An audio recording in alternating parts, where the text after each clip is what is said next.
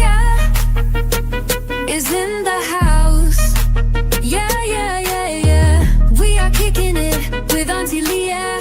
Yeah, let's get it, let's do it, let's go. Yeah, let's go, let's get it with Auntie Leah. Yeah, yeah, come on, let's do it. Nothing better than kicking it with Auntie Leah. Oh yeah, yeah, yeah. Yeah, yeah, yeah. Auntie Leah is in the house. Yeah, yeah, yeah, yeah. We are kicking it with Auntie Leah. Yeah, let's get it, let's do it. Come on in. Come on in now. So Auntie Leah can do a thing. Yeah, yeah, yeah, yeah.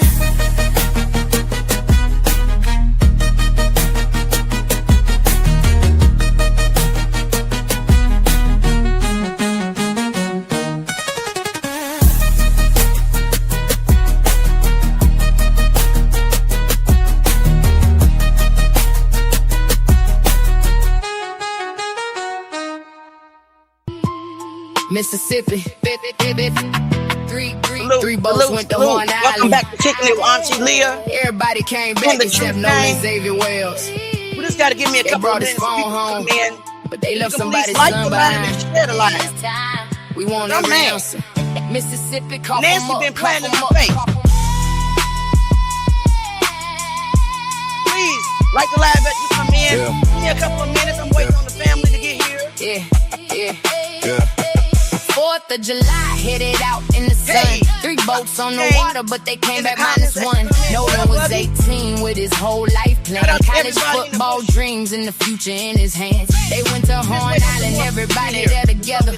Sun on the coast, clear I had to pay for summertime this weather. But something went wrong before the end of We the had to day. pay When the for it, boats y'all. left the island, Nolan somehow stayed. They said he made a choice, said he wanted to remain, but he cannot tell his side, so the question still remains. Why would he stay without his keys or his phone? Why would everybody leave and assume he made it home? Who was the last one to see him on the sand? Who counted every person for the boats left land? Everybody got a story, but the timeline got a hold. Mississippi tell Christine what happened to her soul. I'm sharing the live right now, guys.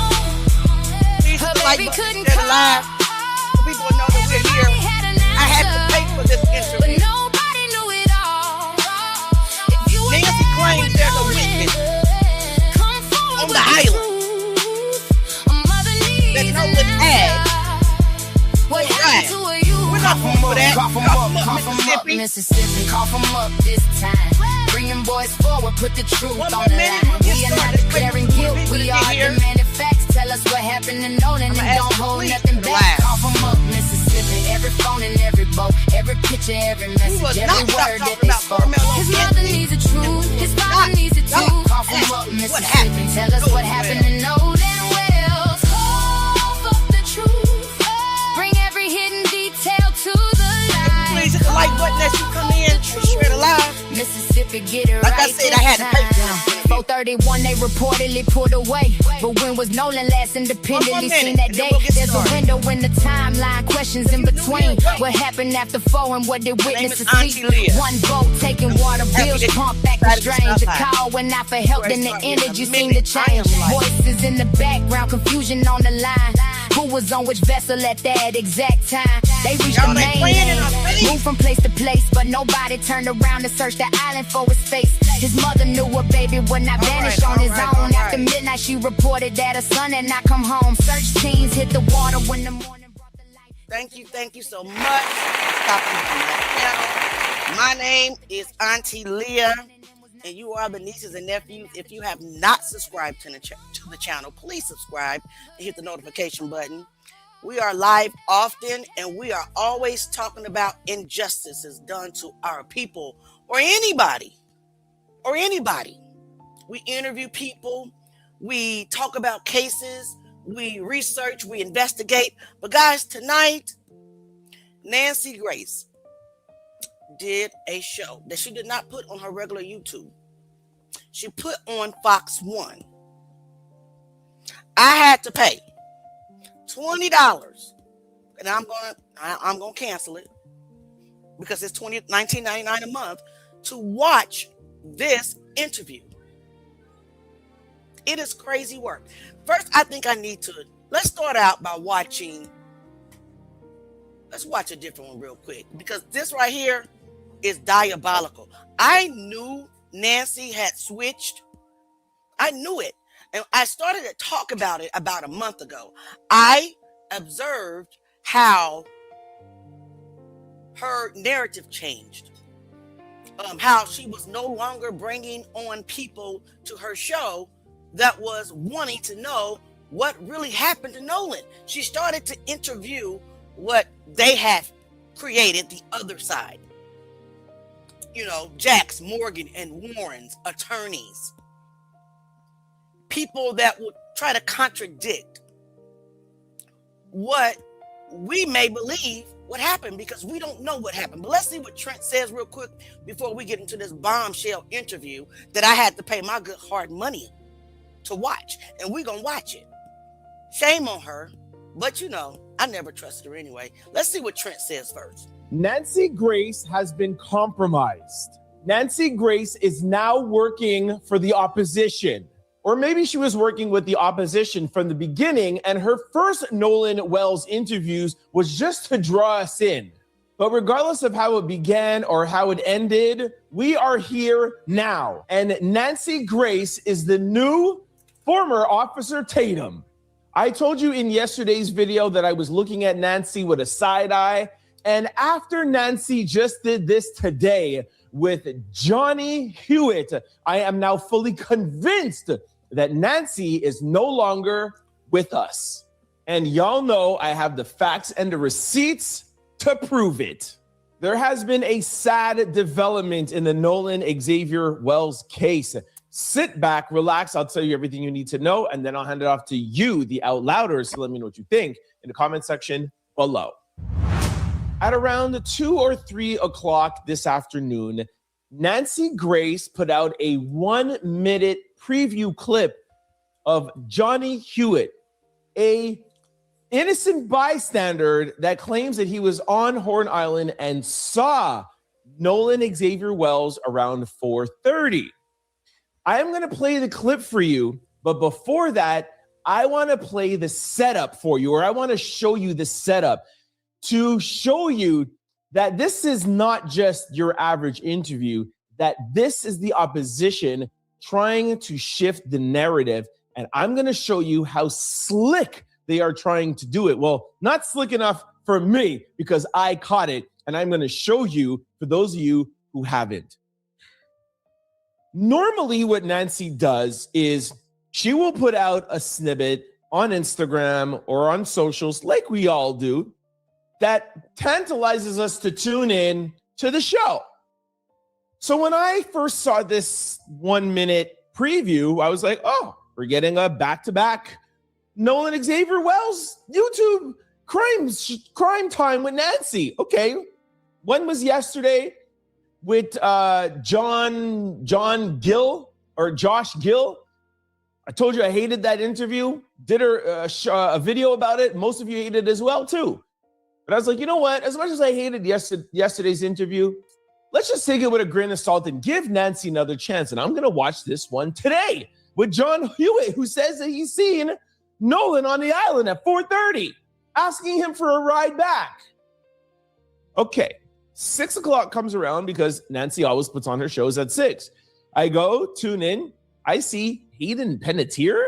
The FBI swarms her house. And I'm like, what?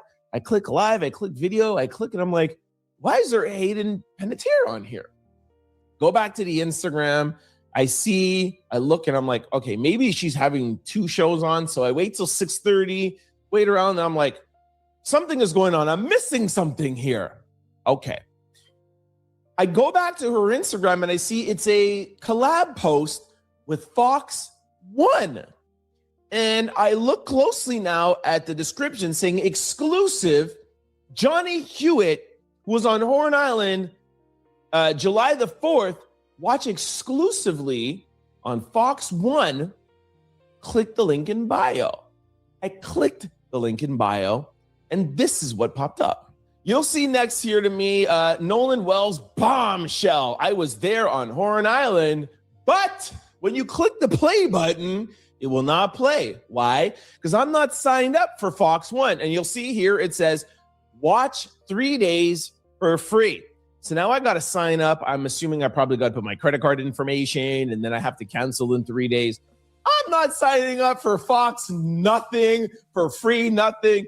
Y'all ain't getting my email. I'm sorry, guys. I had to get this interview. And yes, I paid $19.99. So you guys better get your wine, your Kool-Aid, your whatever that you're going to, because I'm like literally upset because I knew it was going to go this way. So I paid the $19.99. He didn't, but I did. And we're going to watch it right after this. Nothing. Okay. So you got to ask yourself, why are they putting this behind a paywall? And why are they putting out that snippet?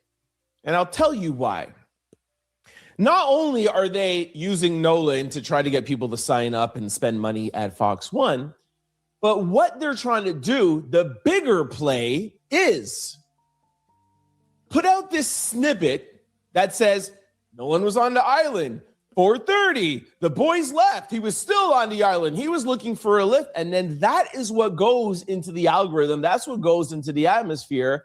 And the average person that it's not as invested as you and I hears, there was a witness, Horn Island, the boys left, and he was looking, hey, what the boys are not guilty. Jax, Morgan, Bard, all of them, none of them are guilty. And that is what they are doing to shift the narrative. And it was more apparent when they were doing it on former Officer Tatum because we all hated him. But now they've realized former Officer Tatum is not working. Sarah Fields is not working. We got to get somebody that they trust. And guess what? Nancy's not working for us either, not the Truth Gang. We saw right through the BS. And it's a lot of people that saw right through the BS. And this is almost done. And then we'll get right into this paid interview that I paid for, guys. So if you want to bless the channel, please bless the channel. I appreciate you. Or hit the like button at least. Share it live. We got to get somebody who might not be fully on Nolan's side, but they at least watch and trust them. Enter in Nancy Grace. And putting this behind a paywall, we're not going to see it today because most of you are not going to sign up. And even if they do put this out on YouTube tomorrow, guess what day tomorrow is? Friday. How many people are sitting on Friday at 6 p.m. at the end of summer watching Nancy Grace? Most people are not going to watch this interview.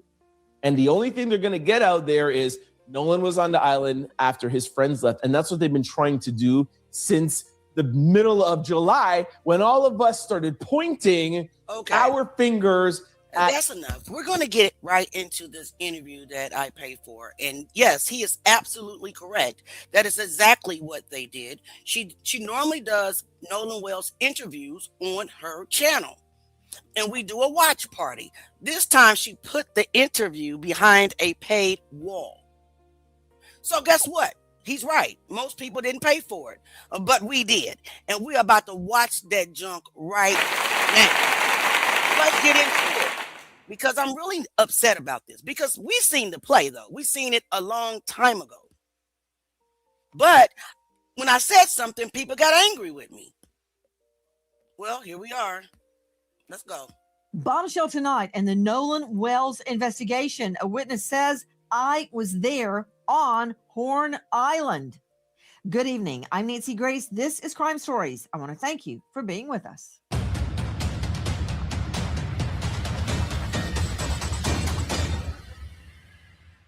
There's a big honking mark, subcutaneous, deep reddening tissue on his occipital.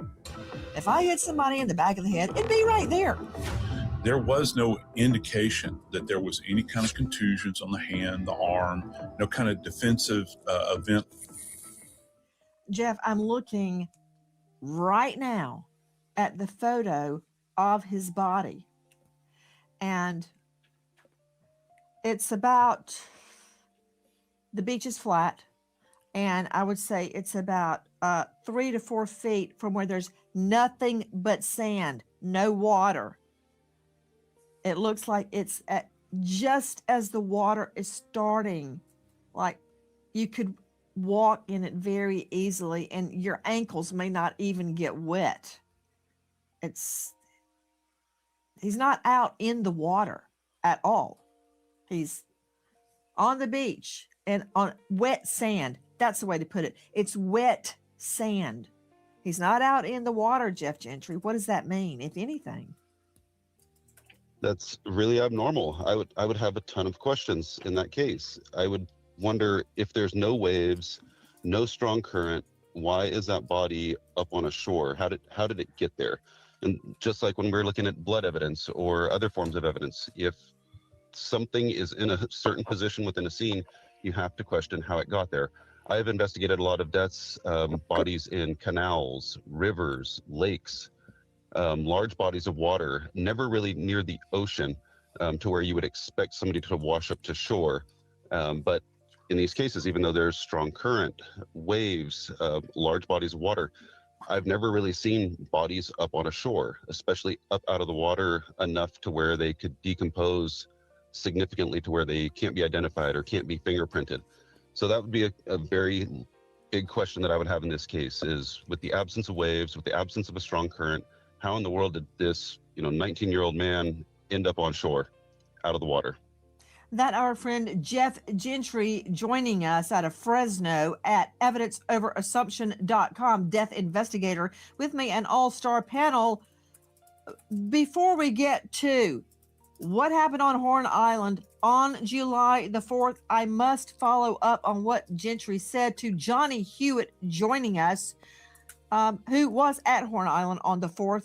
Johnny, thank you for being with us. You know all about the tides and the currents there at Horn Island, which begs the question, why was Nolan Wells's body in that position so far up on the beach? If he drowned, shouldn't he have been out in the water? It was my understanding whenever they found his body, it wasn't up real far on the beach. And, out here in the Gulf and on these barrier islands, the tides and the current and the wave action can affect that.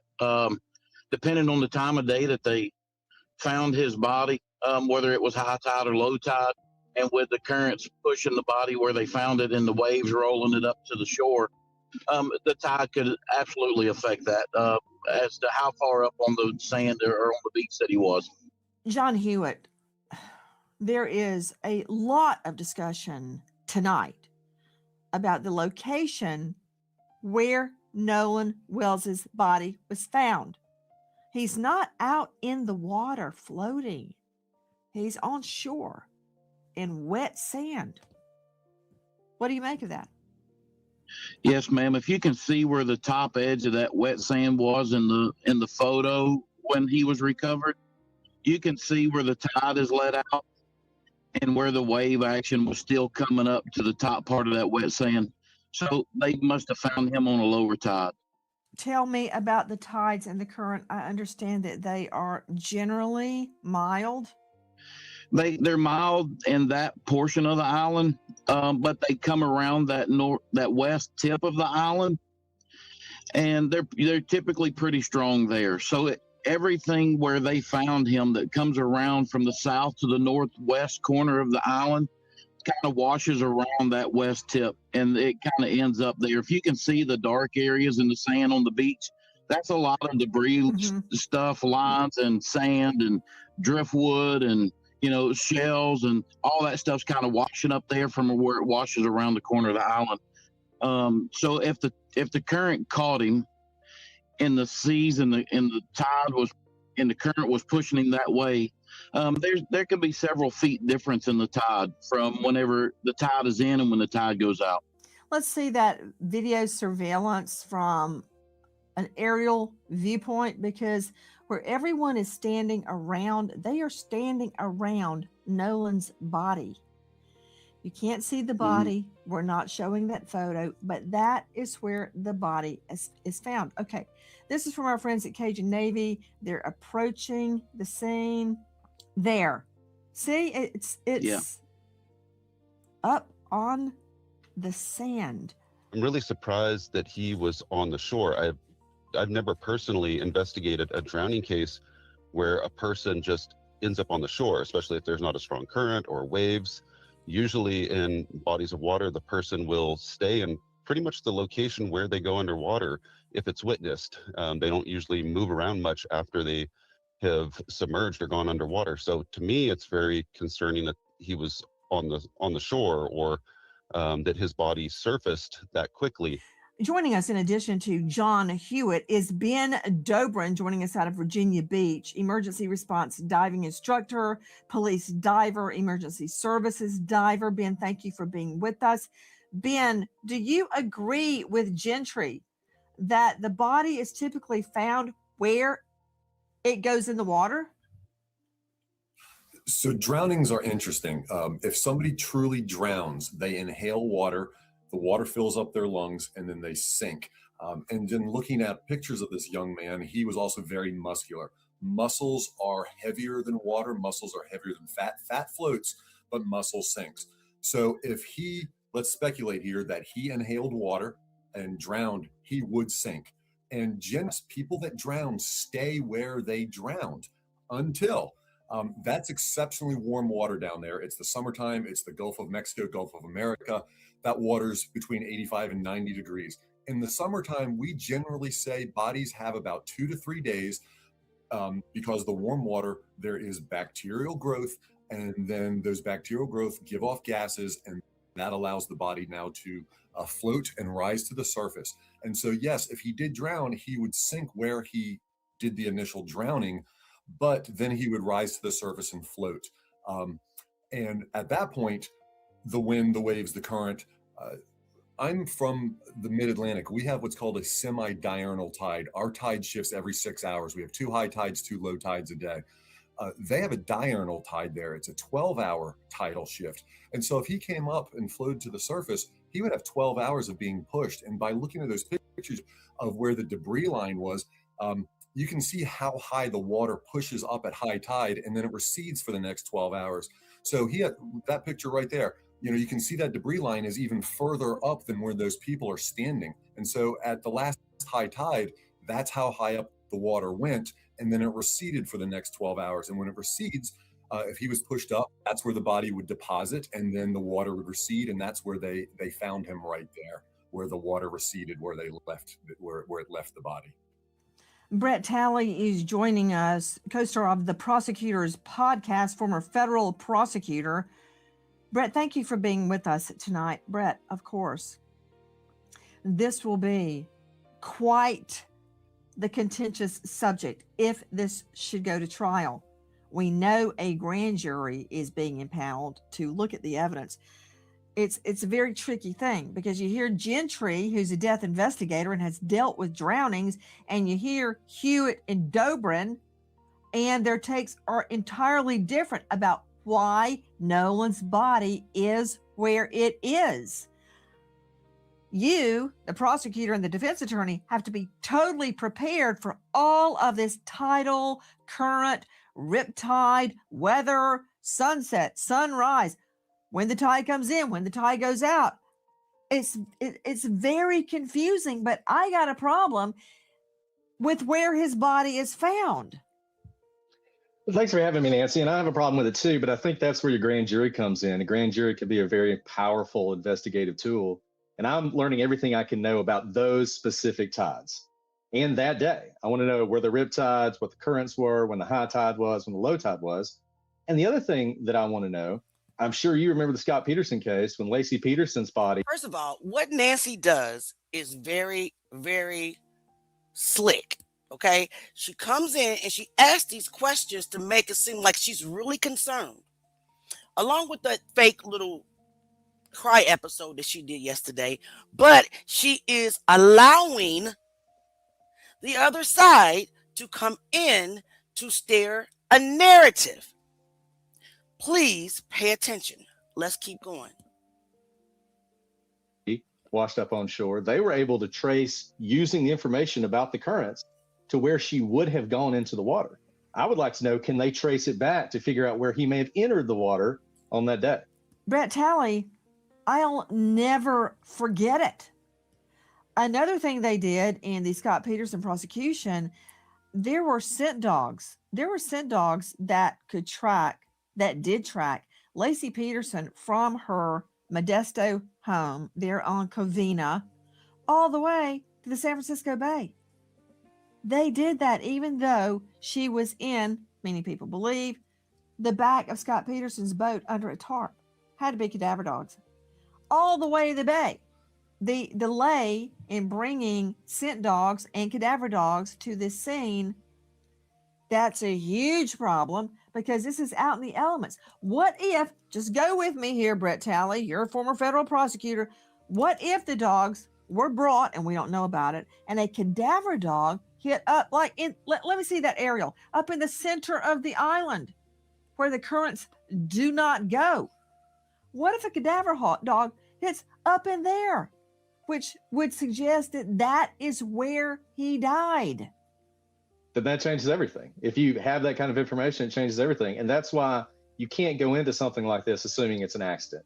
You have to answer all these questions. No one that we know of. To answer your question, I think your name is Brittany. There's nothing wrong with having different perspectives. It's people that come in here that are disrespectful. State your opinion, but stay respectful. Be disrespectful, get out. Or I'm going to put your ass out. And that's just that. Let's keep going. Saw him go into the water. There's no eyewitness testimony. How he ended up in the water is a mystery. So you have to assume, at least when you begin your investigation, there's more information you don't know. And the other thing I would do, Nancy, this island has cell phone service. I would have a tower dump of every cell phone that connected from that island, and I would talk to every single one of those people. I would interview everyone who was on that island to see if anyone could tell me the last time that he was seen alive. You think you can send that email to the prosecutor? Tower dump? Oh. We've seen it done in so many cases. I mean, that is one of the reasons Brian Kohberger was nailed, because of his cell phone, because of his GPS nav. I mean, you preaching to the choir right now. I'm singing the same verse as you. Tower dump. That would show me every phone that was on in that area at that time, at that specific time. It doesn't have to be from 8 a.m. in the morning. It could be from 3 p.m. till 10 p.m.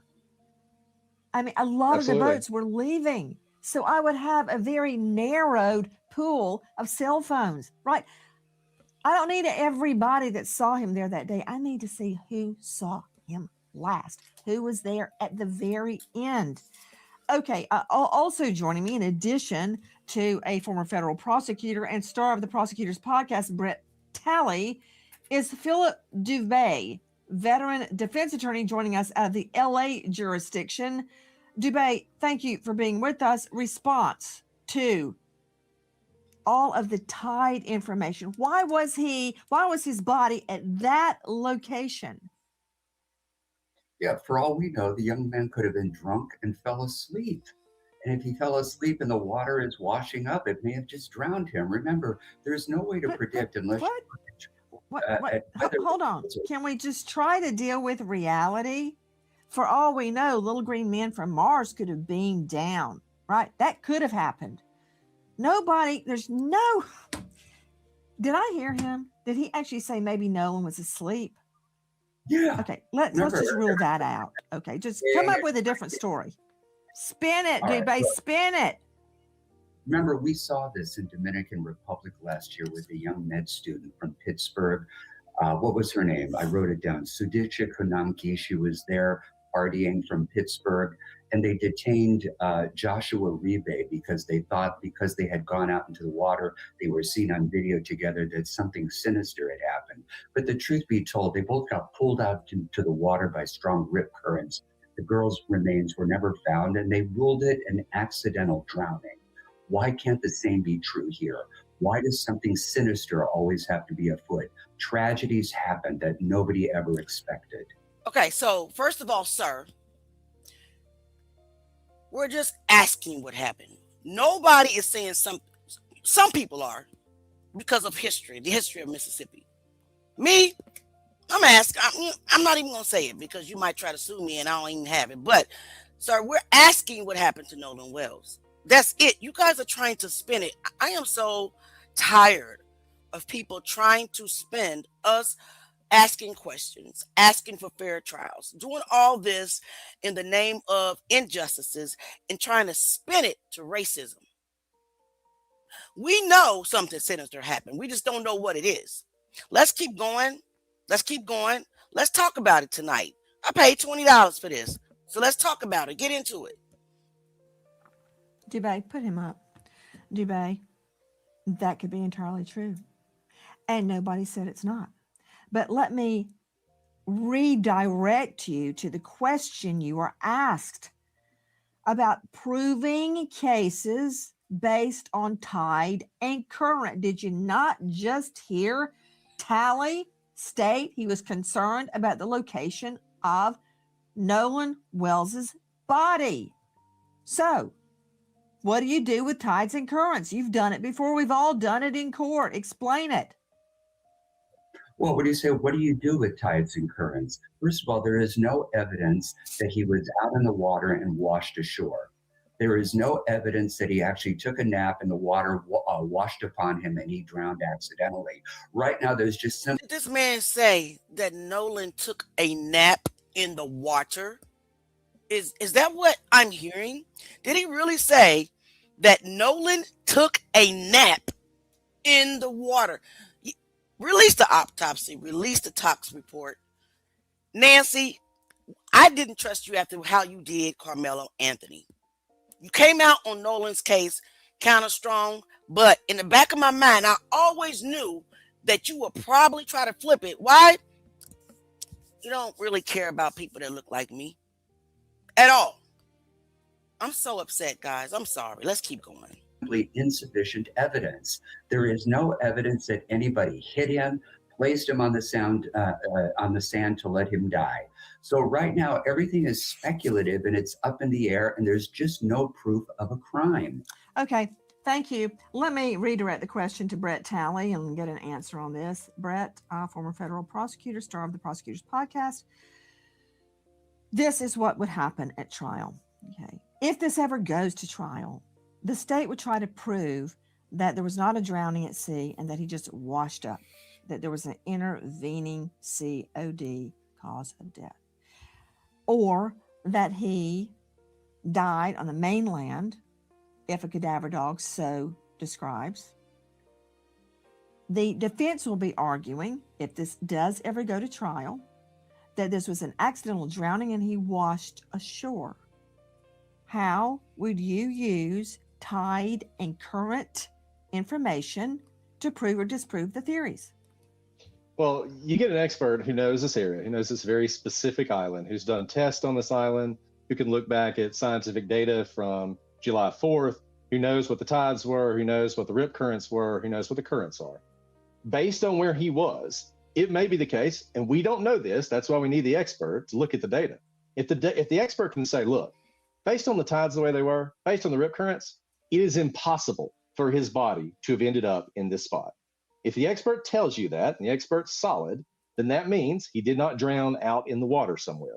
That eliminates that possibility. Now we have to figure out what else happened. I mean, maybe he did fall asleep on the beach, but that seems unlikely, right? That's why you need this information.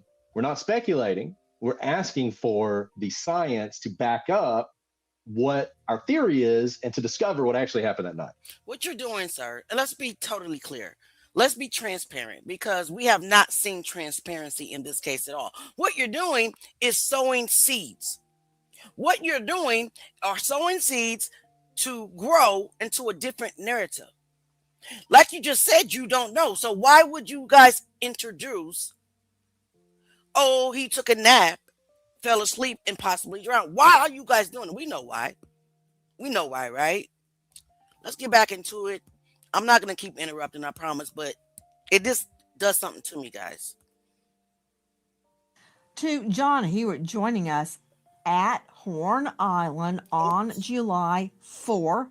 He spoke to the young men, acquaintances of Nolan Wells, on the Triton boat. John Hewitt, was the water clear or murky that day? Do you know? Yes, ma'am. It was extremely murky that day. Uncharacteristically murky. Normally it's pretty clear this time of year. But we had a lot of heavy rains before that and a lot of sediment that had washed down. So it was pretty muddy. What difference does that make? It makes quite a bit of difference. For visibility, for one, you can't even see your feet when you're standing there in it. So now the water's murky. So now they're trying to say that Nolan Wells was always just in the water, but during those 2 days of searching, nobody was able to see him because the water was murky. I call BS. Typically, it's like the photo that you see there. It's pretty clean this type of year. We just went this past weekend, and the water's clear. You can see the sand on the bottom, but it was not that day. But what difference does that make?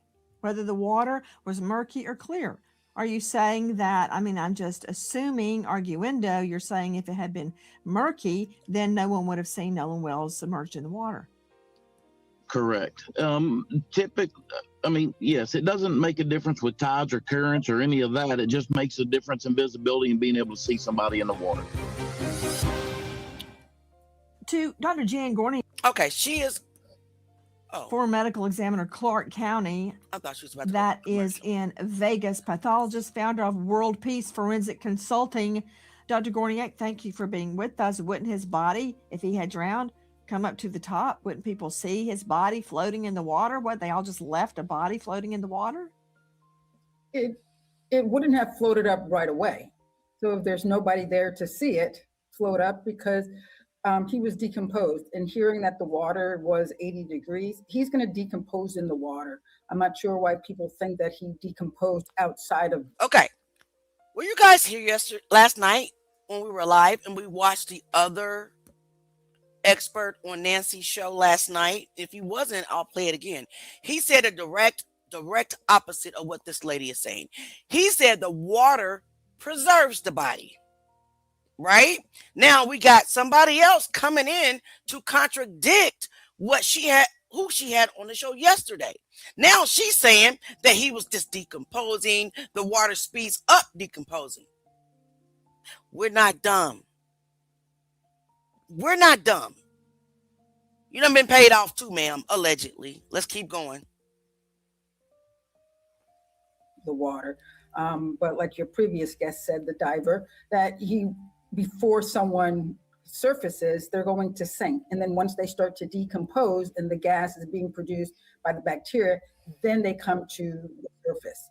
So they're not going to see it right away. If someone was drowning and there's people around, you might see somebody struggling, right?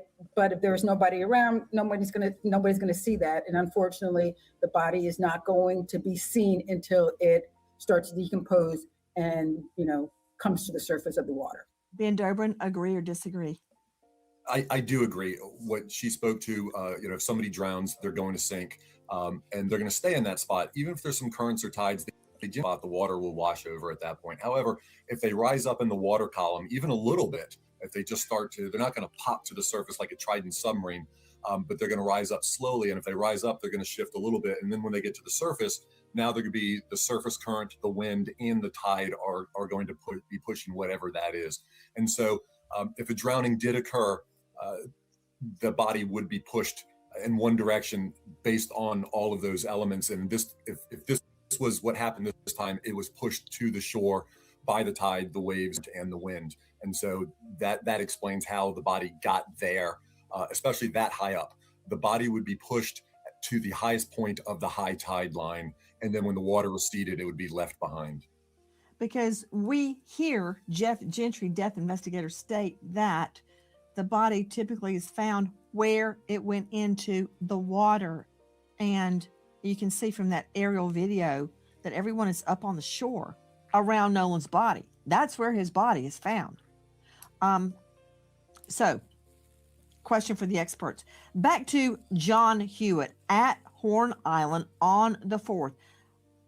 John Hewitt, why were you at Horn Island on the 4th? Well, we go every year for the 4th of July, and we were all out there with family. Okay, guys, before we watch this part, I need you to brace yourself for this diabolical lie that is going to exonerate the group because of of him. I'm sick to my stomach. I'm just sick to my stomach. I'm lost for words. Just listen to what he says. And friends. Then we go out to celebrate the 4th of July. Typically, we leave around 3:30 in the afternoon because my wife used to work night shift. Well, she was off that day, so we stayed. We left at 4:30. We started picking up anchor. One of the young men in the photo that continues to circulate, the young man in the far right asked us for a ride at 4:30 and said that his friends were leaving. Could we give him a ride? And when I looked up, I seen the boat pulling out. It was loaded with kids. I seen them pulling out, and I told him that we were at capacity on my vessel, and did he have another way in? And if he didn't have a way in, then we would give him a ride. But if he had more friends out there, then he needed to try to find another ride. We didn't want to get stopped by DMR for being over our limit on our boat and get a ticket. He said that he did have more friends out there, that he would just catch another ride. So that we saw some of the boys leaving, and then we saw coming in the channel, coming around Fort Point into Fort Bayou. I fussed at some of the boys that were in the water behind one of the boats. And later, now, we didn't know at the time how relevant it was. But my wife, when all this started happening, my wife said, "Honey, you know that's the boys you fussed at in the channel." I thought they were swimming in the channel, and I fussed at them about getting out of the channel. And they hollered, "We're putting our plug back in the boat." Hold on. Wait a minute. Put him up. So you saw the Nolan acquaintances on the Triton when you were leaving. Is that correct? We saw them leaving. Well, we take. Brace yourself, guys. Here it comes. The alibi. Step back. Hold on. There was multiple boats. We saw the blue boat leaving with all the kids on it. We saw the Triton in the channel when we came in around the corner. If I'm not mistaken, I think they may have left a little earlier. I'm not sure. I'm not sure of that timeline. We saw the blue boat leaving. We saw the white boat in the channel. I fussed at the boys whenever we were coming into Fort Bayou Marina. Mr. Hewitt, let me understand. You're talking about two boats, a white boat and a blue boat. Yeah. Guys, we got 700 people in the building. If you can please hit the like button and share the live. That's all I'm asking. Please hit the like button and share the live. I had to pay $20 for this interview. Please. Thank you. You recognized the blue boat. You knew the people on the blue boat. Was the white boat the Yes. Triton? Yes. Okay. You stated that a young man named Eric asked you for a ride. Was that on Horn Island? Yes, ma'am. Okay.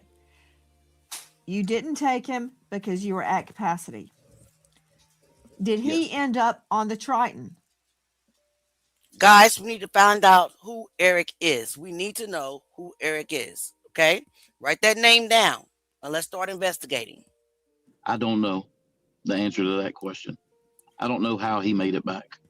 All right.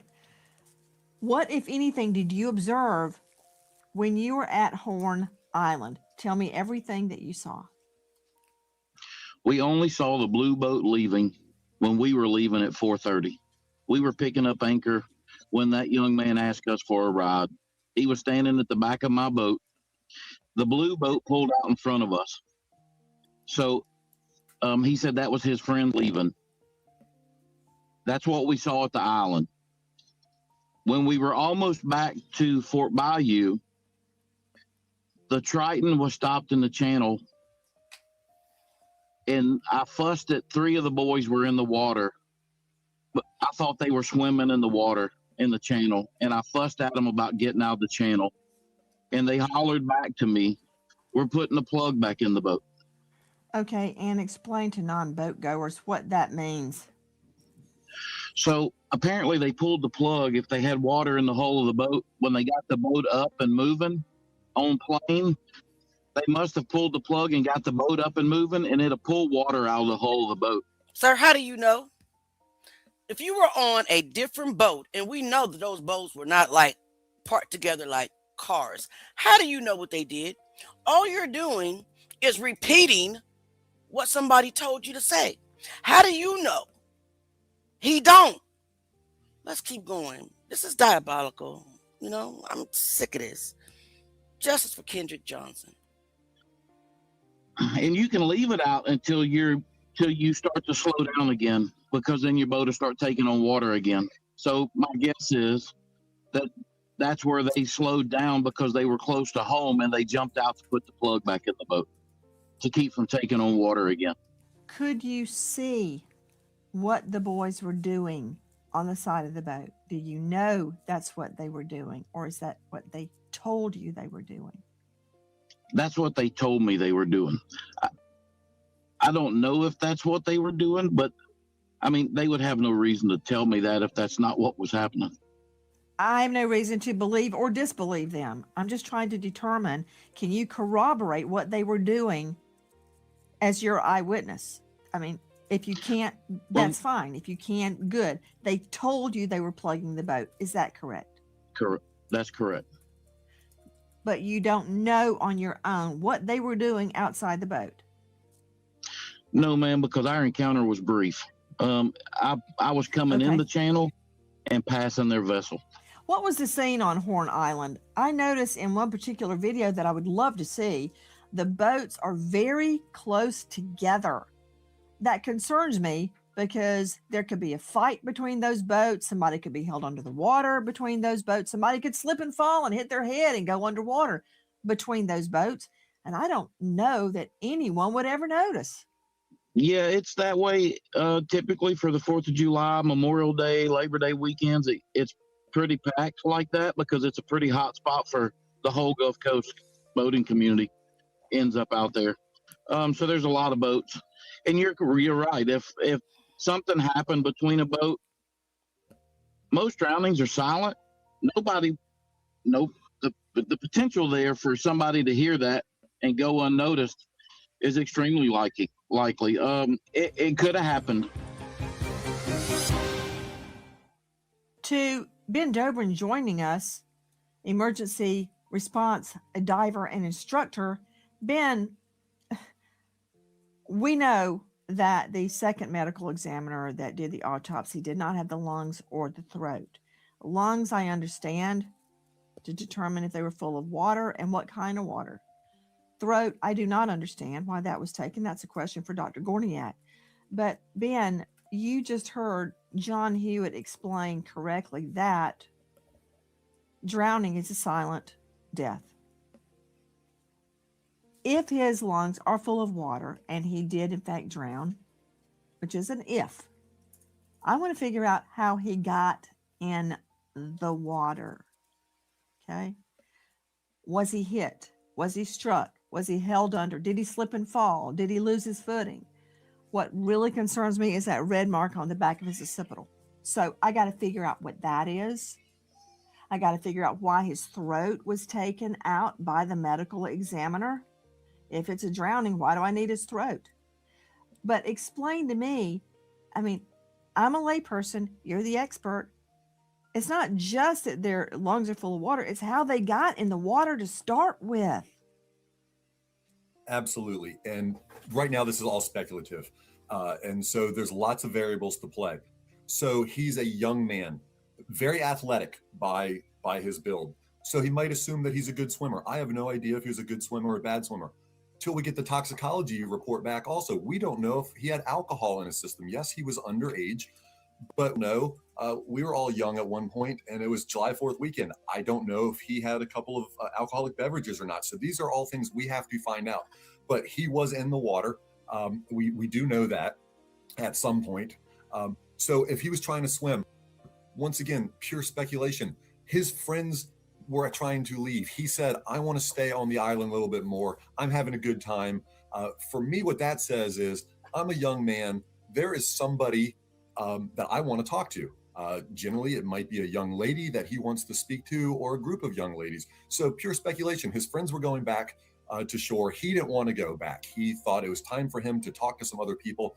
Maybe another boat left, or somebody waved to him out, or he got overwhelmed. It is people don't realize how quickly you get tired swimming and how far distances are different. 100 yards on dry land is nothing. You can walk 100 yards and not think about it. 100 yards for swimming, a lot of people can't. They think they know how to swim, but 100 yards, if you're in a 25-yard pool, that's there and back, there and back. And a lot of people who think they know how to swim, if you tell them to go swim 100 yards, can't do it. And so if he was trying to swim even a short distance and got overwhelmed and got tired, and like the other person said, drowning is quiet. For the most part, on movies, people always are going up and they're down and they're screaming and they're yelling. That doesn't happen. When people are fighting for their life and they're fighting for that breath, they're going to lean their head back to try to get that mouth as high as possible. And once you do that, and water rushes in and it's all over. But people overestimate their swimming abilities. Even if he was walking, that's not a pool. People who don't spend a lot of time in open water don't realize there's drop-offs, there's holes. And so if you're expecting to take a step on the solid ground and you take a step onto a drop-off, I have found bodies, many bodies, were in 3 feet of water, and then 6, 7, 8, 10 feet of water. I have found many bodies in my career right at the bottom of a drop-off. It's an easy place for us as divers to find bodies. But that's where we find a lot of them is people, they're walking along and they think it's going to be solid ground, and they take a step and they go down and they gasp. And while they gasp, they're underwater. They breathe in that one breath, and that's all she wrote. And so there's a lot of speculation here, but drowning is not a hard thing to do. I mean, the fact that people don't drown, is great. I love that we're having more swimming lessons every year. I love that people are being okay. Before we go off into swimming safety, Ben, you said something that really got my interest, and that is that you find many people in the spot where they drowned, and that leads me to where Nolan's body was found up on the shore. Why is his body there? Okay, it's just on some wet sand. Now we're talking about current and tide all night long. What? That's when it's a witness. It's when it's a witness drowning, and I have somebody say he or she went in right there, and then we go out and them right there. If it's 2 days later, you covered that's a whole different ballgame. Okay. To John Hewitt, was the island locked down on the 5th and the 6th trying to find Nolan?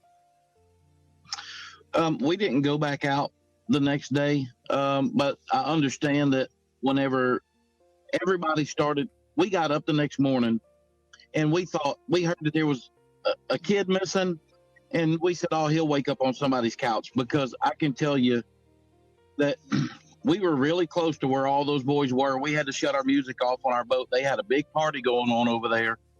And we thought that he was just going to wake up on somebody's couch. He rode in with another boat. There's a lot of people out there that know a lot of people. Everybody, it's not uncommon to come and go on different vessels. So those kids all get out there from Ocean Springs, Biloxi, Gulfport. They all know each other. They all ride back and forth with each other. So we thought maybe he was on somebody else's couch. We heard that he was talking to that girl, Katie. We like, oh, well, they're going to find him. Somebody's going to talk to him. Johnny, that all these people know each other, but no one thought that Nolan was being left behind. To Dr. Jan Gorniak joining us, renowned medical examiner, formerly from Vegas. We know that Nolan was identified by dental records. Fingerprints or facial identification was not possible. There was a closed casket, which tells me his face could not be reconstructed. I'm trying to find out why that is. Well, first of all, that doesn't make sense, right? Yesterday, when we watched Nancy's video, the guy was saying that the coroner was able to identify Nolan right away. He knew who he was. He was positive in identifying Nolan. But when it was time for the family to go look, then all of a sudden, oh, well, no, we can't really identify him. He's not identifiable by, his face or even fingerprints. We have to take DNA. We have to now do a dental record review. At this time, in my mind, they did that so that they couldn't see the damage that was on Nolan's face. Because how is the coroner so positive that it is Nolan Wells by a visual look, you know what I'm saying? Identification. Identify him, with his eyes, but when it's time for the family to possibly, review their son and identify him, oh, no. You can't do it. He's not recognizable. We can't even take fingerprints. I need your DNA. And now we have to take dental records. What did they do to Nolan Wells? What did they do to Nolan? What happened? And also, so people that did not buy the interview got it wrong.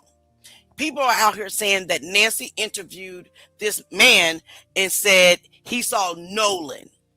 But as we heard in the actual interview, he was talking about a kid named Eric. So we have to find out who is Eric. Because this has the fact that people are saying that Nancy said, even though I still don't trust Nancy now, I still see where this is going, that the gentleman she was interviewing said it was Nolan that he saw. It's Eric, whoever Eric is. So guys, we got homework to do. Let's finish it up. Eric, we got to find out who Eric is. Well, it's known that he was decomposed. So if he is that badly decomposed and not visually identified, because once you start decomposing, your skin starts to slip. We don't know what was underneath the water. So we were talking to I heard someone talking about there's crabs, there's fish, there's turtles that could be eating on the body, and that could obscure facial features. We have to have somebody positively identified before we can release them to their family. And the easiest way and the cheapest way would be fingerprints, right? But someone would have to have fingerprints on file. If he's decomposing and especially someone in water, think about if you sit in the bathtub too long, right? Your fingers get wrinkly. In this case, when someone's in the water too long and they're decomposing, we have what's called the gloving. So actually the outer layer of your skin actually slips off. So you don't have any prints to print. The next way to identify somebody is through dental records.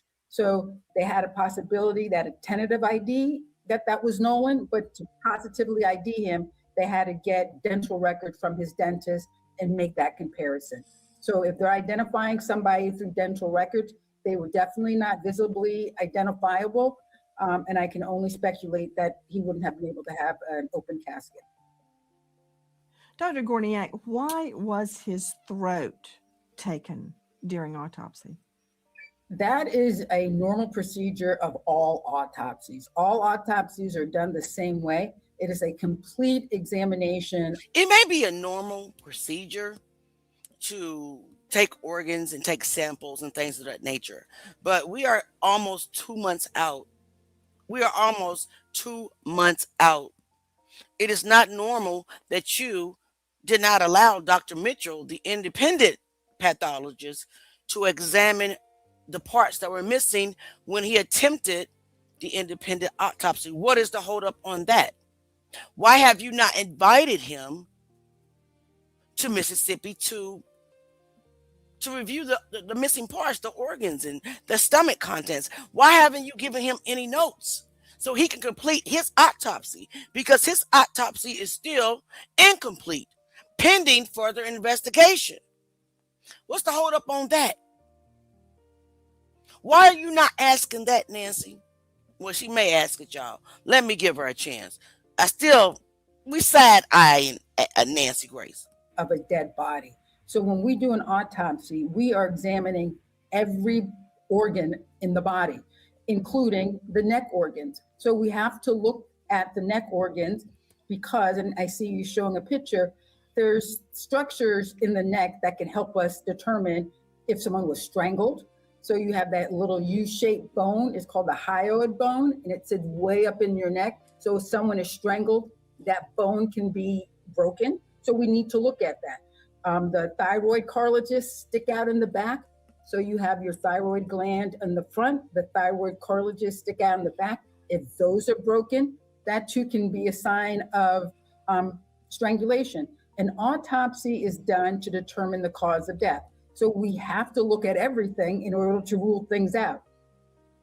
The interesting thing about the neck is the Well, my last. question is, Dr. Gorniak, was why was the throat removed and not just examined?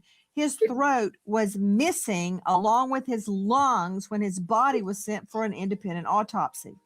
It's not missing. So what I said was, in all autopsies, that whole structure comes out in every single autopsy that we do, because we cannot assess the hyoid bone or the thyroid cartilage if it's still in the body. Okay. So that comes out. What people don't understand is when we do an autopsy, we have what we call a. First of all, we're not that dumb. We have investigated cases, especially Kendra Johnson, and autopsies extensively. The viscera should have been put back in the chest cavity and sent with the body. Why wasn't the throat a part of the normal viscera? You've already examined it, right? You took it out, you examined it. You sent the viscera, guys, viscera are organs, internal organs, okay? With the body minus the throat part. And you still have not handed over the throat part. And it's, what, August the 27th? Surely it doesn't take that long to examine the throat, right, guys? I know I'm right about it. So why didn't you send the throat with the viscera? We're not buying it. Not at all. Specimen jar. So every single organ that we look at, we have to save a section or a piece of that organ in the specimen jar, because once we release the body, once the body is released to the funeral, right, what we can't get it back. So what if we say, I'm like, oh my goodness, let me look at the heart under the microscope. I can go back to that specimen jar and get a piece of heart out and make a slide out of that heart. If you know or think you know anything regarding the death of Nolan Wells, please dial 228-769-3063. We remember American hero Officer Joey Vincent. All right, guys. So that is the end of Nancy's video. I'm going to go back and I'm going to screen record it because I like to study videos. What do you all think? Do you all see the narrative? Why hasn't the family been on Nancy Grace's show? Why hasn't been Crump, Al, Sharpton, anybody?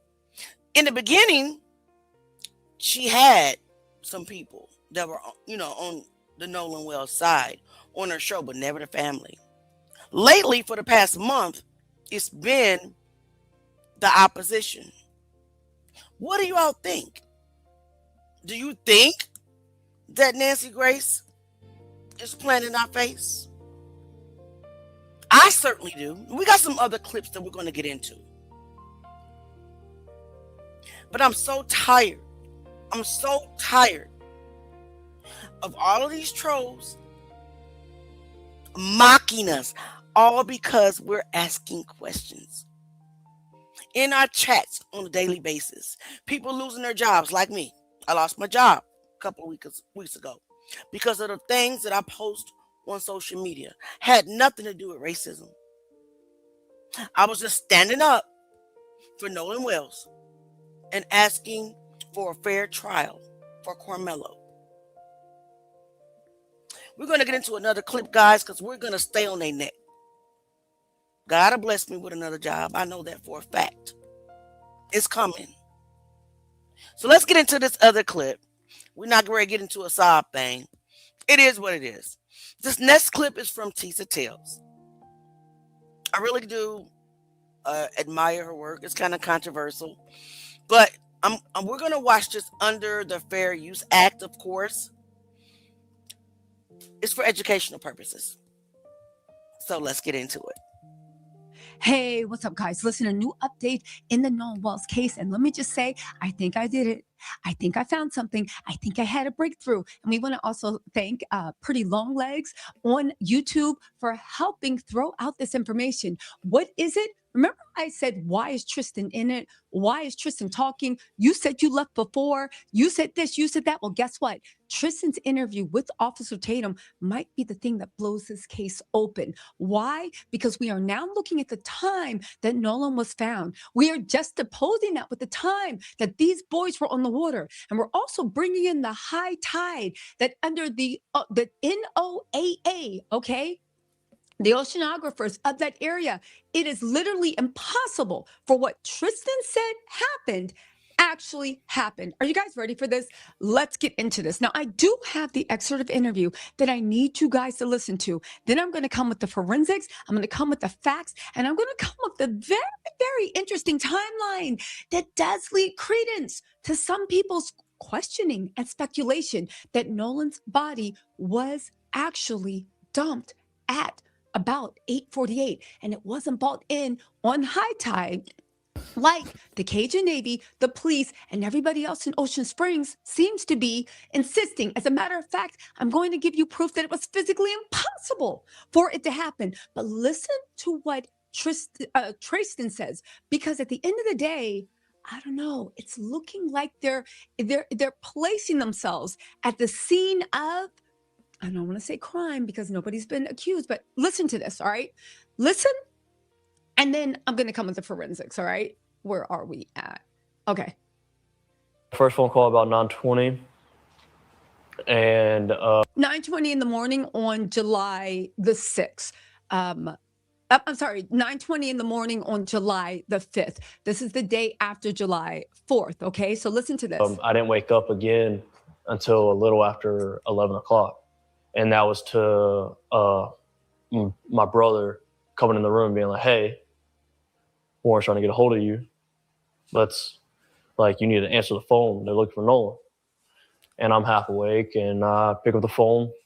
And by this time, nobody had came to the house to grab anything. And Warren gets on the phone, and he's just like, hey, man, he was like, hey, have you talked to Nolan? Anything else? I was like, no, I haven't talked to him, man. He was with that girl last time I knew. And he was like, okay. He was like, man. Okay, that girl is rumored to be, I think from Warren's mouth, Katie. And I think we've all identified it to be Katie. But hold on, listen to the timeline. 1 second. We can't get a hold of him. We don't know where he's at. And I was like, man, it's Nolan. He's probably just out somewhere with that girl. Like, get a hold of the girl, you'll probably find Nolan. First of all, how were you going to get a hold of him? Explain that, Trace. Is it Trace Station or whatever it's called? Tristan? Explain how you were going to get a hold of him when you guys had his phone. You see, none of that makes sense. None of it. How were you going to try to get a hold of Nolan when you guys had his phone? Is the question. Let's keep going. It's no big deal. And he was like, all right. He was like, but we're starting to freak out. We're getting on the phone with Coast Guard. I was like, okay. And at that time, he had already talked to her. Now, again, he's saying we're starting to get on the phone with the Coast Guard. Now, he had already told Nolan's mom that he was going to call. He had already told Nolan's mom that he was going to call Coast Guard. So if this is true, and what Tristan is saying is true, that means there should be 2 separate calls on the logs with the Coast Guard. The Coast Guards are they're a federal agency, and they are, for federal compliance, they are required by law to log and record every phone call that goes in through official channels. Let's continue. His mom, Nolan's mom. And he was getting on the phone with the Coast Guard. And I need to be specific about this. I did not call Warren's phone. I called another one of our buddies' phone, and it was on speakerphone. They were all together. I was talking on my other buddy's phone, talking to Warren. He was dialing Coast Guard because he hung up the phone and was like, hey, this is them, bye, and hung up the phone. And that was the last time I talked to him until the next morning when we all decided, well, when I woke up about 7 o'clock. Okay, pause. Because I got the timeline wrong. Let me re-say what happened. He got home from partying on July 4th. So this must have been 9:28 p.m. where he got the call from Warren saying, have you heard about Nolan? We're starting to freak out about him. Tristan says to Warren, right? Oh, please just find the girl. It's Nolan. If you find the girl, you'll find him. Okay, fine.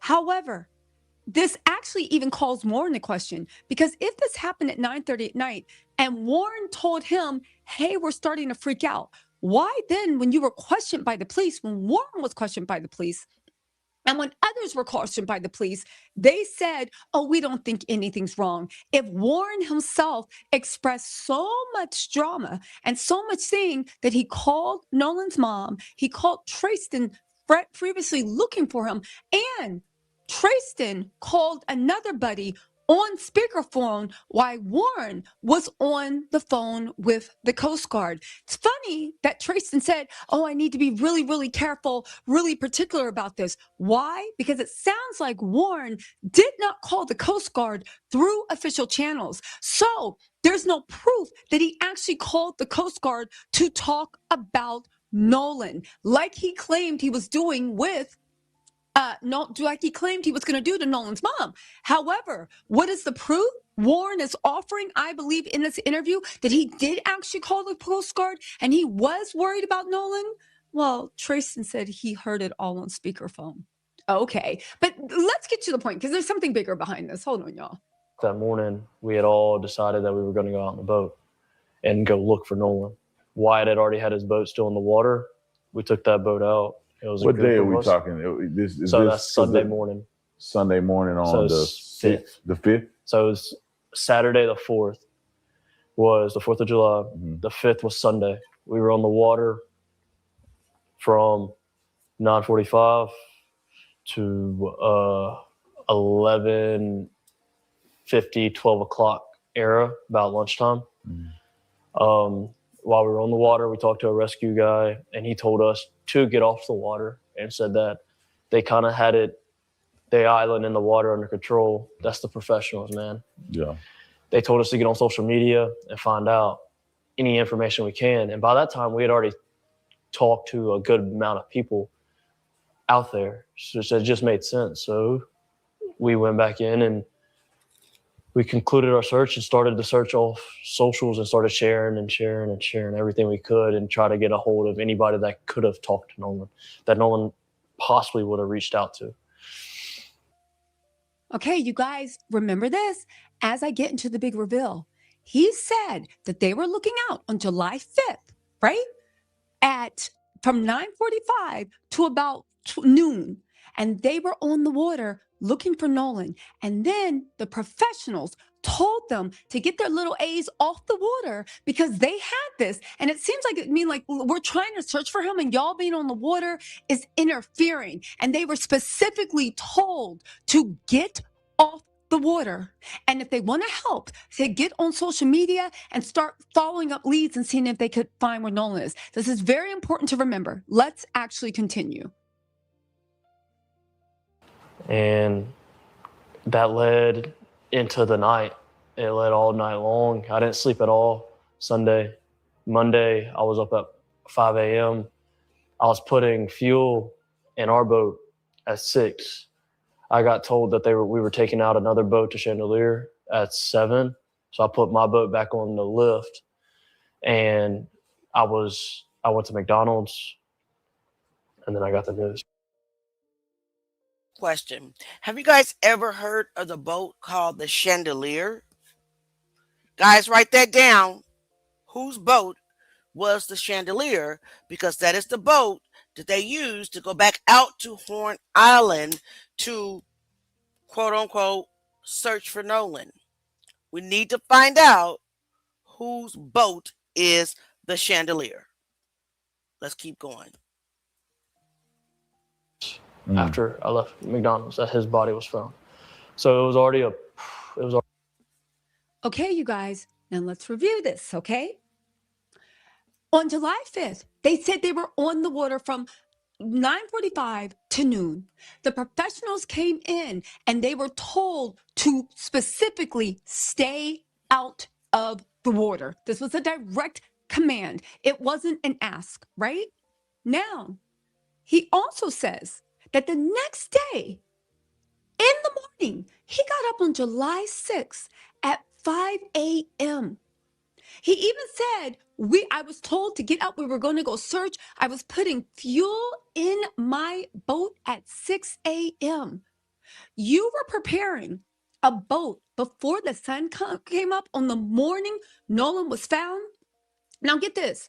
If the group had already been told to let the people, the professionals, right, search, then why were they up early morning? Why were they up in the early morning planning to go against the Coast Guard, go against the police, go against everyone, and get and go and actually find Nolan? You weren't supposed to be on the water. Now, you tried to go on the water yesterday, but they sent you home. It seems like that Warren, Wyatt, all these people are going to search, and also Trayson were mighty eager to get back to Horn Island. Now, keep in mind that he said he was fueling up his boat, but there was another boat, okay? But he says that around 7 a.m., they were ready to go out around 7 a.m. But then they said they got the call that Nolan's body had been found. Now, here's the thing, right? Did any investigators go and look at the GPS or subpoena the GPS from Tristan's boat and from the other boat? I think he said either Warren or Wyatt were already out on the water. From the other boat that was already on the water. That's why he fueled up his boat, but he was going on another. Why is that important? Because you get up at 5 a.m. to defy legal things to go look for Nolan, right? But at 7 a.m., you say you got the call. That's impossible because Nolan's body was found at approximately 48 a.m. But you got the call after that to say they found Nolan. What were you guys doing in between? You got up at 5, fueled up at 6. Even if you stopped at McDonald's, that ain't nothing but 20 more minutes. Why were you not on the water from a 5 a.m. wake-up call? Water you shouldn't have been on you got a call at 8:48, and I doubt you got a call at 8:48 because Nolan's mom had to be notified first. So you probably got a call around 9 something. Again, Nolan's body, apologies if I mixed it up. Nolan's body was found about 8:48 a.m. Let me just rewind this really quick. Hold on. Okay, I rewound it. Let's listen to this one more time. This is very important. 5 a.m. I was putting fuel in our boat at 6. I got told that we were taking out another boat to Chandelier at 7. So I put my boat back on the lift. And guys, Chandelier is not a boat type. Chandelier is an actual island, I believe. So we got that wrong. But I would like to know what type of boat that Tristation has. Let's keep going. I went to McDonald's, and then I got the news after I left McDonald's that his body was found. So let me get this straight. And again, I keep harping on this because you fueled up and you got the call around 7 that another boat was going on. You put your boat back on the lift. That does not mean that other boat didn't go out to Horn Island, okay? He got the call that there was another boat going out. So he put his boat on the lift, okay? Did they check who the other boat was and check the GPS? That's not me, sir or ma'am. Get out of my chat trolling, please. Thank you. See if they had gone to Horn Island. Because you then were at McDonald's. I don't know how long you stay at McDonald's in Mississippi, but Nolan's body was officially found 8:48. There is no way you got the call before Nolan's mom was actually notified. So at the earliest, you got the call somewhere between 9:15 and somewhere between 9:30, which means that it sounds like there was another boat that was defying what the Coast Guard and the police had said and gone on the water to go find Nolan. Interesting enough, when was Nolan's body found? At 8:48. Now, some people say that because Nolan's body looked burnt is it's a way to say it's hyper decomposition, right? And it only comes from sitting out in the deep sun and humidity, much like what Mississippi is. Now, the thing is, Nolan's body was discovered laying on the sand, half on the dry sand and half in the water. Now, the guy from the Cajun Navy wants to say, oh, you don't understand. It's because the tide brought them in, except for the fact that on July 6th, the day Nolan's body was found, it is literally in marine records that the tide did not come in until 10:03 a.m. that morning. So there's no way that tide that morning, and also Horn Island's tide is only 2 feet. It does not have the hydraulic power, and it does not have the push to take 180 pounds of pure muscle, which Nolan was, and push them onto the dry part of the sand. Not when it is not at high tide. Even in high tide, it would be impossible to do. But if it's not at high tide, it's literally impossible to do. So let me get this straight, just to recap for you guys. Tristan woke up at 5 a.m. to go search for Nolan, even though the day before they had been told to stay off the water for this search. He woke up at 5 a.m. He fueled his boat up at 6. He was told at 7 a.m., don't worry about it, another boat is going out. From 7 a.m. to, I'm guessing, around 9:15, 9:30 a.m., he was doing whatever. He was at McDonald's. He clearly, in a 2.5-hour gap, and you've been up at 5 a.m., it seems like that he wasn't planning to go out on that other boat, but another boat did go out. Nolan's body was found in the same place they said he last saw, and he was found half on dry land, half in the water. Again, they said, oh my God, the expert said, oh my God, he must have been pushed up by the tide, except for high tide did not come until 10:03. And because the water is so shallow, even with the tide, there's no way it could have pushed his body up to the dry sandbar and left him there. That is physically, logistically, and it's just impossible. Now, there might have been a chance that Nolan washed up on July 5th in high tide, even though that high tide, most oceanographers say it's too weak to push somebody that big. Nolan was a lot heavier than a piece of driftwood or algae. But it couldn't have been July 5th because Horn Island was packed on July 5th. Absolutely packed. So there's no way a body could have pulled it up on shore in the northwestern point, where it's the most popular part of Horn Island, and nobody noticed. So what does this mean, you guys? Well, I think everybody has some explaining to do. And I think I have a lot of questions. Again, some people have been speculating that Nolan's body might have been placed there to look like, once the weekend was over, to look like he just got washed in like a piece of driftwood in high tide, except for the fact of, how does a body get pushed to the dry shore before high tide even comes in?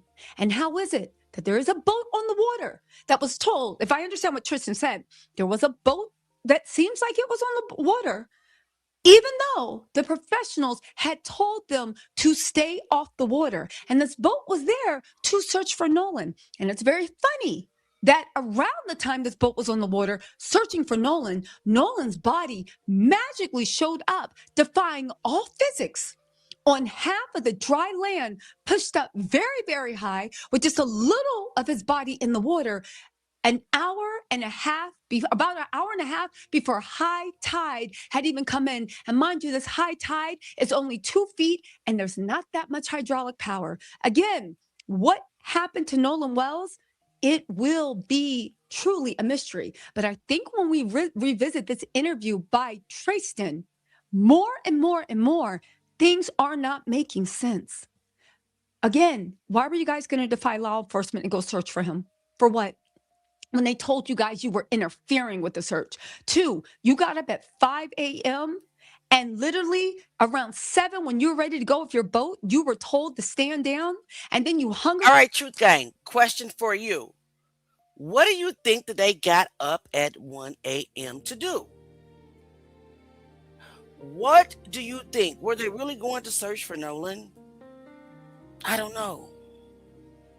He's saying that he got up at 5, filled their boat up at 6, went out to the island, left, went to McDonald's, and he got a call 15 minutes later saying that a body had been found. What do you think that they were doing? I got an idea. What do you guys think? Put it in the comments. We're almost done. I'm not going to keep you that long tonight. Guys, you can meet me tomorrow and we can continue. I wanted to talk about Carmelo, but it is getting late. I had to start late because we had a football game. So let's finish this up and then we will end for tonight and meet back tomorrow. Probably during the day and not eat. We'll probably go live more than once tomorrow.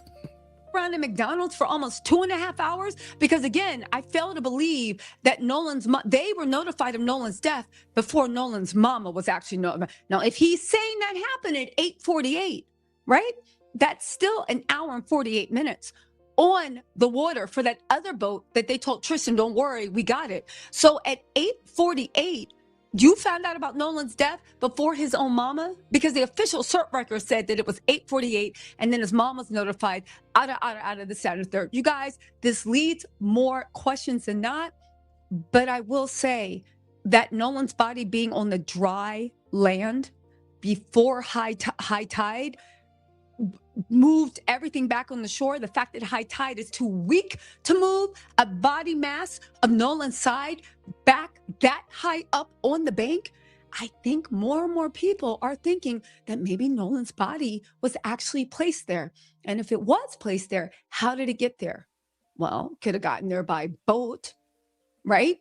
I couldn't have got there by plane because I don't think there's any landing pads on Horn Island or even helipads. So could have gotten there by boat, right? Or it could have been dropped out of a plane. Regardless, if Nolan's body was placed there, it does explain a lot. And if it's brought in by boat, right, then we need to look at who was on the water around 8:48 a.m. Who was on the water in the early mornings of July 6th? What boats were in a geotag range? Because we need to not only know what boats were in the geotag range, but we need to know what the GPS coordinates were, if any of them stopped at Horn Island. And if it did, how long were they on Horn Island? Who was it? Why were they there? And to the northeastern? And why didn't you see Nolan body laying on the sandbags? Again, you guys, the plot thickens. I thought you'd want to know this update. Let me know what you think in the comments. I'll talk to y'all later. Bye. All right, guys. What do you think? What do you all think? I mean, I have an idea of what may or may not happen to Nolan on that island or on that boat per the CETO call, right? I have an idea, but we have to be careful about what we say. So it is after midnight where I live. I had to start late because, like I told you, I had the football game. So what we're going to do is we're going to end for tonight, and tomorrow in the morning, let's talk about Carmelo Anthony. Please hit the subscribe button and hit your notifications so you'll know that when we are live. We're going to end tonight with the song that I wrote for Nolan. And of course, I know you guys have heard it a dozen times. It's Mississippi Coffee Mug. And please meet me here tomorrow. I love you guys. Free Carmelo. Justice for Nolan Wells and justice for Kendrick Johnson. Thank you for everything that you do. Thank you for keeping their names in your mouth. I need to show you guys one thing before we end tonight. It is an event that Jedediah Brown is giving in honor of Carmelo.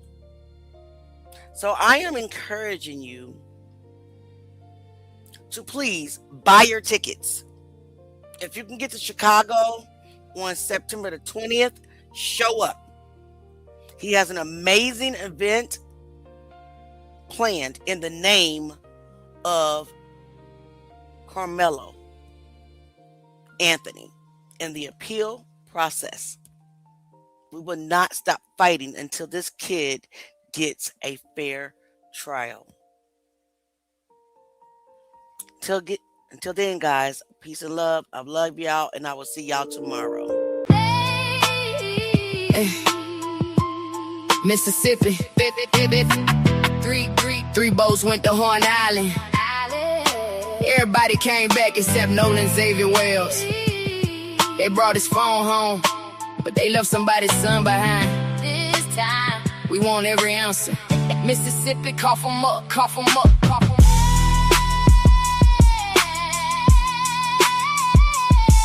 Yeah. Yeah. 4th of July, headed out in the sun. 3 boats on the water, but they came back -1. Nolan was 18 with his whole life plan. College football dreams and the future in his hands. They went to Horn Island, everybody there together. Sun on the coast, clear summertime weather. But something went wrong before the end of the day. When the boats left the island, Nolan somehow stayed. They said he made a choice, said he wanted to remain, but he cannot tell his side, so the question still remains. Why would he stay without his keys or his phone? Why would everybody leave and assume he made it home? Who was the last one to see him on the sand? Who counted every person before the boats left land? Everybody got a story, but the timeline got a hole. Mississippi tell Christine what happened to her soul. Her baby didn't come home. Her baby couldn't call. Everybody had an answer, but nobody knew it all. If you were there with Nolan, come forward with the truth. A mother needs an answer. What happened to her youth? Cough 'em up, cough 'em up, Cough 'em up, Mississippi. Cough 'em up this time. Bring them boys forward, put the truth on the line. We are not declaring guilt, we are demanding facts. Tell us what happened to Nolan and don't hold nothing back. Cough 'em up, Mississippi. Every phone and every boat, every picture, every message, every word that they spoke. His mother needs the truth, his father needs it too. Cough 'em up, Mississippi. Tell us what happened to Nolan Wells. Cough up the truth. Bring every hidden detail to the light. Cough up the truth. Mississippi, get it right this time. 4:31, they reportedly pulled away. But when was Nolan last independently seen that day? There's a window in the timeline, questions in between. What happened after 4 and what did witnesses see? One boat taking water, bills pumped, acting strange. A call went out for help, then the energy seemed to change. Voices in the background, confusion on the line. Who was on which vessel at that exact time? They reached the mainland, moved from place to place, but nobody turned around to search the island for his face. His mother knew her baby would not vanish on his own. After midnight, she reported that her son had not come home. Search teams hit the water when the morning brought the light. Then July 6th, the living news that shattered every life. Nolan's body found, but the questions only grew. Finding him was not the same as finding out the truth. Her baby didn't come home. Her baby couldn't call. Everybody had an answer, but nobody knew it all. If you were there with Nolan, come forward with the truth. A mother needs an answer. What happened to her youth? cough 'em up, cough 'em up, Cough 'em up, Mississippi. Cough 'em up this time. Bring them boys forward, put the truth on the line. We are not declaring guilt, we are demanding facts. Tell us what happened to Nolan and don't hold nothing back. Cough 'em up, Mississippi. Every phone and every boat, every picture, every message, every word that they spoke. His mother needs the truth, his father needs it too. Cough 'em up, Mississippi. Tell us what happened to Nolan Wells. Cough up the truth. Bring every hidden detail to the light. Cough up the truth. Mississippi, get it right this time. They did the autopsy, held the findings for review. The family sought another because they need answers too. Independent examination left the cause of man opinion. The family's lawyer said the investigation was my ending. Questions about his neck, questions behind his head, questions about the tissue and what the findings really say. Where is the final report? What will the evidence show? How Why did Nolan losers like his family deserve to know? FBI assistant counting still leading the case. Grand jury expected to review the evidence in place. Ben Crump still beside him said examine every fact. If the lay.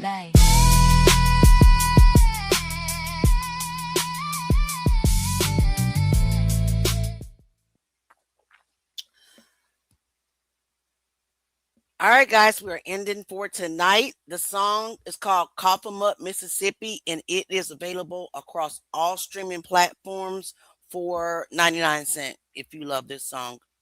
Every song that I play on my channel is 99 cents, Spotify, Apple Music, or whatever. Go ahead, stream it. We have a lot of them. Peace and love. See you guys tomorrow. Truth Gang. Justice for Nolan Wells. Free Carmelo. And justice for Kendrick Johnson. Please.